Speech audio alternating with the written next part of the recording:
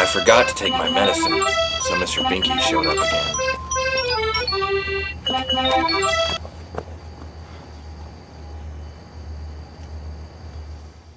I lost the crook that night.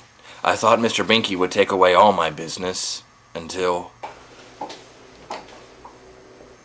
Dick Justice, I've heard of your reputation. Oh, yeah, sorry, at college, I thought life was one big party. I've got a fishy situation I think you can help me solve. I told you, college. Police Chief R.C. Moonpie's getting all the fish down by the river.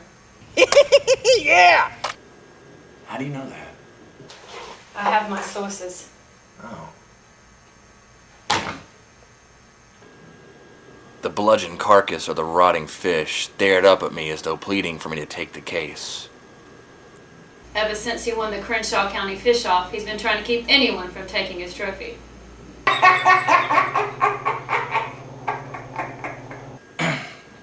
see what I can do.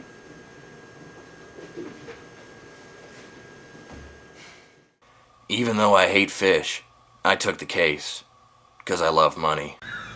I went down to the river, but I wasn't prepared for what I'd find. Grody.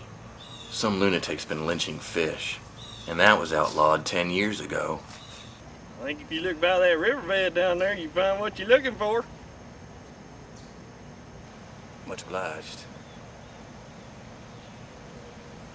I took his word for it, but something told me not to trust a man that doesn't wear a belt.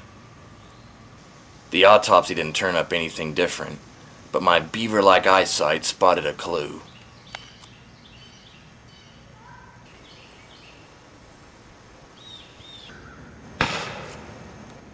Yippee! Fireworks! I hope they didn't hit the puppies.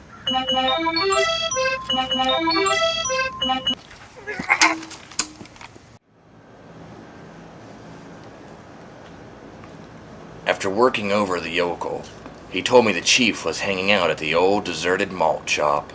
I knew I was up for some trouble, so I took a double dose to make sure Mr. Binky wouldn't show up. I'll teach you to rat me out. What's that biggin? Throw her in the lake.